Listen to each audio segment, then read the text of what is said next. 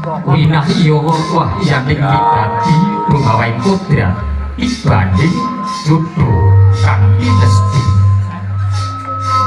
kawasta anenggih tata cara panggih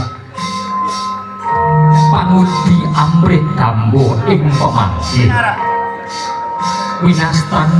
tata cara tembung manunggaling cipta rasa budi karsa sang pidahargya kekalih kawistingal atmaja temanten pawesti sampun kepareng hanjengku ingkang rupa purna simangga awiji samparani ingkang kakung suka paneski kambung kepareng hangical